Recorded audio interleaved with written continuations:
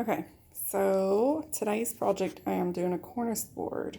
I've already wrapped the board with cotton batting. It's basically, this is the batting that I had that I used. I used the whole thing and just trimmed what I didn't. Actually folded it all out and then doubled it up.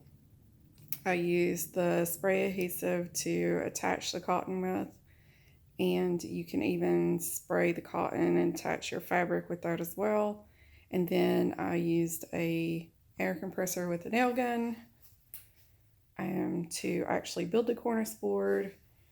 And now I'm actually going through the process of doing the nail trim, which is the reason for this video.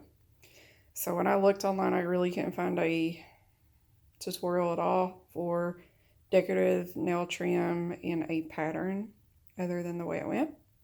So it comes on a big spool like so, and the one that I used is the Dritz Home Decorative Nail.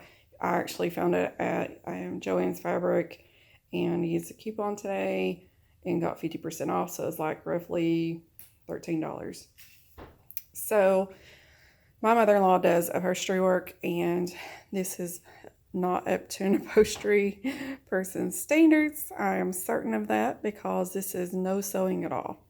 So I wrapped and tucked the corners of the cornice board, and I even used a cheaper fabric on the back so that way you're not seeing the back of it. It's just wood from the outside view. But the decorative trim, so I wasn't sure how to do the decorative trim, and I called mother-in-law, and by the time she had called me back, I'd kind of already figured it out.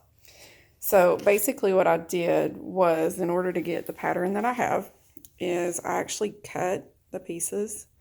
So all of them, the ones with a little hole, is where you're going to actually put the nail. And if you use a pair of, I just used these, some that we had laying around, just some wire cutters or metal cutters. And all I did was figured out the pieces I actually needed. So if you lay them all out, you can see the different pieces. The key is to leave a little bit of a lip. Sorry, I got all kinds of stuff on my hands because I'm painting and putting glue.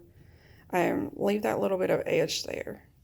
The reason why is whenever you go in to nail this, you want to kind of tuck it up underneath the one with that nail is going to go down on. That way it kind of keeps it on there. The hardest part for this pattern is making sure you start out with straight lines. And that's been the hardest part because I'm not very good at getting straight lines. So it's pretty close. I'm not going to say it's perfect. The tool that I was using is obviously a level. The mother-in-law, when she called back, told me that I should have taken chalk and actually drew the pattern out, and then I just had to nail it. That's just too time consuming for me. So what I did was I knew that I wanted this roughly about 1.5 inches off that. So I'm pulling pretty snug to the actual wood part and lining it up for that 1.5 inch mark. Right now it's roughly off because I moved all my pieces, and I'm kind of starting off with this piece. Is the piece I'm actually starting off at, where I want it to be at. You could even start off with this long piece as well and do it the same way. Basically, all I'm going to do is lay all the pieces, get them exactly where I want them at, roughly, and then nail one in, and then make sure everything's level and straight. And these I'm actually going to lap over so you can actually see how I'm putting that one over top of that hole. This will actually help you as well keep things straight. And then this one, I'll put that one there. This one here. And just like that. And then I will go back and actually run the this long part, the length of all of that, and go back and actually cut it. Hopefully it works out to where I need it to be. If not, the biggest thing is cutting the edge there. See how that one's pretty close? I would want to make sure to cut it like this one, where it's got a little bit of a long piece on it. And that way you can tuck it up underneath the actual nail part, like that. That way it kind of stays secure, because this is going to be hanging up on the wall, with because that's what it's for. Is it's actually for a cornice board. I'm working in my garage today. I'm in Florida, but it's really cold out today. So that's kind of where I'm at. I will see if I can link up another video showing you actually what it looks like on the wall, and kind of go from there. All right. Hopefully this project turns out, and I'm using a hammer as well to nail the nails in.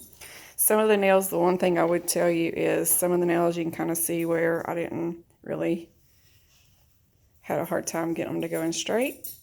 I'm going to have more than enough nails than what I actually am going to need, so I'm not too concerned about messing up a few of them. If you need it the whole thing, then you might want to be a little bit more cautious of that. And I'll go back in and nail some of them down a little more than what they are now, but I like kind of how the little bunched up look is going. I don't know if you can see it, but that's pretty much the look that I was going for.